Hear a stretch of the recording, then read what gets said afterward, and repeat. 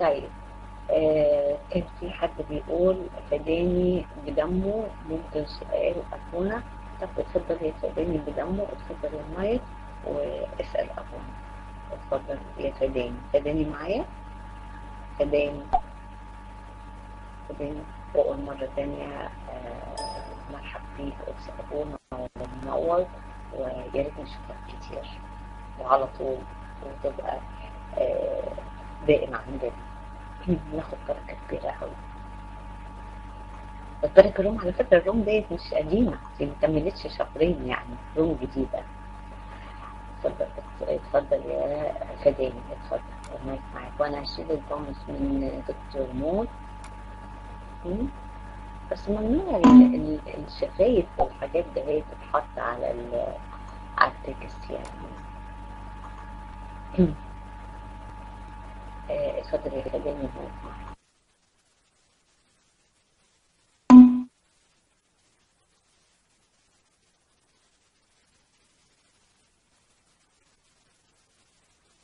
طيب، سلام ونعم للجميع. في صوت؟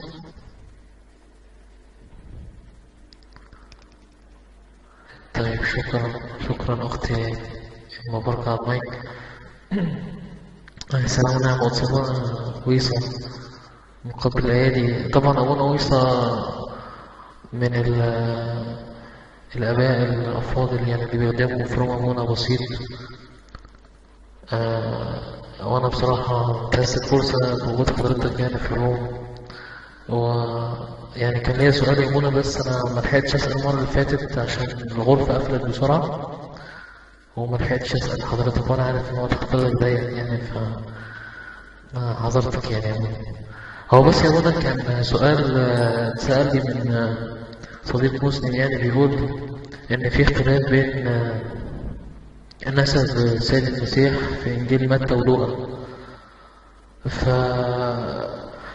يعني يا ريت يا أبونا لو توضح النقطة دي بس يا أبونا، عشان يعني أنا عارف طبعا إن دي شبهات وكده، بس أنا برضه بحب أسمع من الآباء الكهنة على أساس الإجابة بتكون واضحة يعني يا أبونا، وبستفيد كتير من حضرتك. طيب، شكرا يا أبونا. اتفضل يا أبونا، أو اتفضل الأدمن، ويا ريت نسمع كنت سؤالك.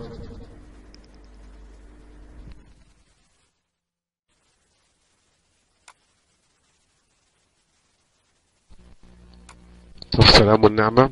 احنا بنرحب بأبونا ويصة، وياريت يكون باستمرار معانا، يتحفنا بصلواته وبتأملاته، وياريت أي حد عنده سؤال من الموجودين ناخد فرصة ان أبونا موجود. أي حاجة عقائدية، أي حاجة في طقوس الكنيسة، ياريت كلنا نرفع ايدينا، هناخد صدقوني بركة كبيرة كبيرة كبيرة من وجود أبونا معانا. تمام، ونديك المايك يا واتس أبونا، وياريت تجاوب لنا على سؤال أخونا فداك بالدموع. مايك فري يا واتس أبونا. طيب، نعمة وسلام ومحبة الرب تكون مع جميع. الصوت أعتقد إن هو كده يكون واضح وكويس. طيب، أنا أضفتك أختي تصوني، أضفتك. تعيش حبيبي عفرته. السؤال اللي كتير بيتسأل، وهو إن في اختلاف بين إنجيل معلمنا متى وإنجيل لوقا. حاضر حبيبي، حاضر.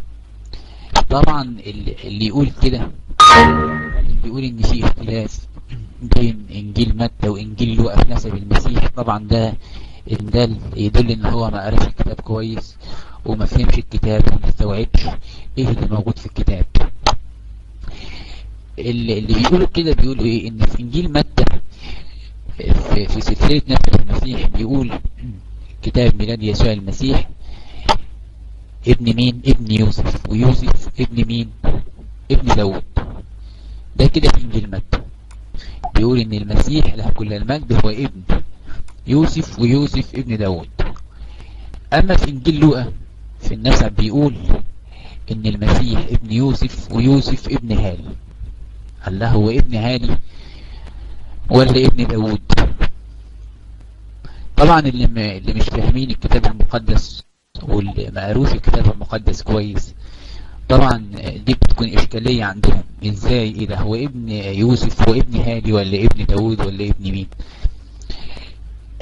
عايز كده اسأل سؤال واشوف اخواتنا الروم مفكرين ولا لا. هو في انجيل متى بيقول ان هو ابن داود،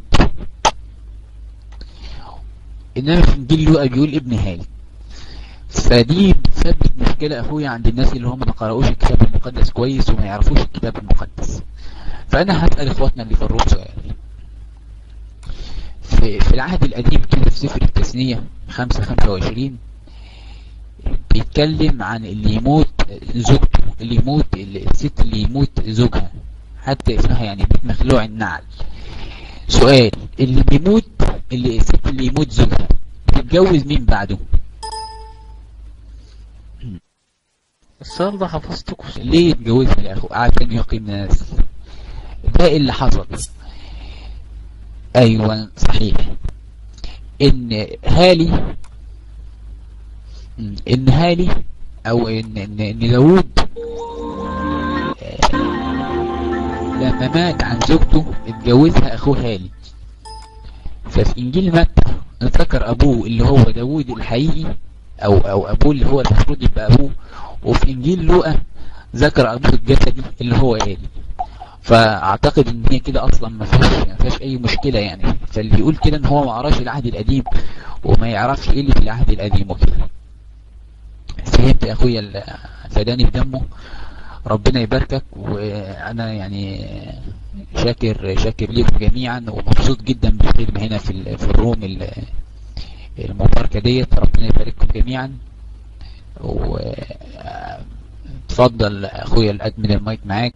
لا مش هنسمح لك يا استاذ ابونا، سامحني مش هنسمح لك. ده حضرتك وجودك معانا يعني مفرحنا كلنا، وفي ناس كتيرة دخلت. كانت الروم 10 ولا 9، دلوقتي بقت 22.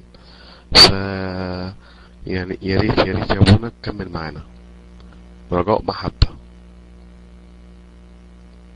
اختنا هولي موجودة، دكتور مارك جه، فالناس دي برضو عايزة تسمع كلمة منفعة من حضرتك. ماشي يا استاذ ابونا، يا ريت تكتب لي واحد. حاضر، طب تمام، نشكر ربنا. اللي عنده اسئلة كده في السريع، اللي عنده اسئلة. ها مين اللي عنده اسئلة يرفع ايده ولا يكتب واحد عشان اديله المايك عشان وقت ابونا. طيب بابا 99 ماشي، المايك فري. تمام المايك فري.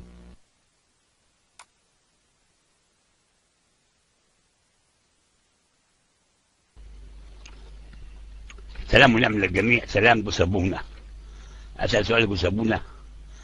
أرسلناكم حملان وسط ذئاب، ما قالش ليه أرسلناكم ذئاب وسط حملان؟ كنا سريحنا. شكرا بوسابونا.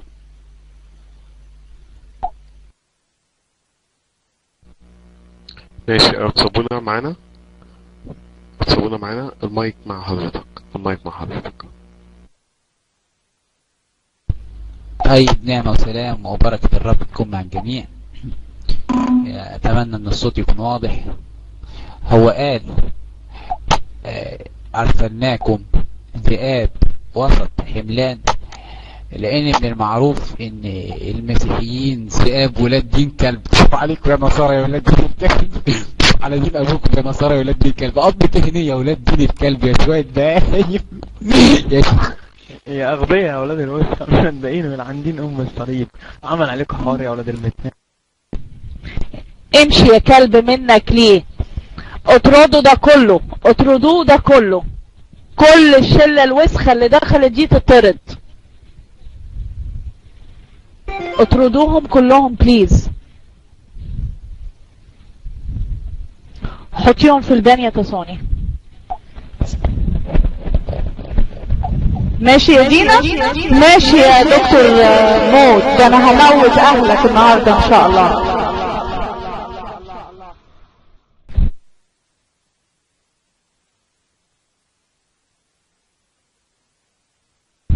غوركة تكنيلة منك ليه؟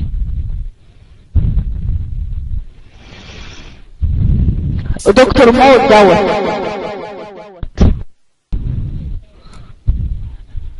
دينا رفائيل.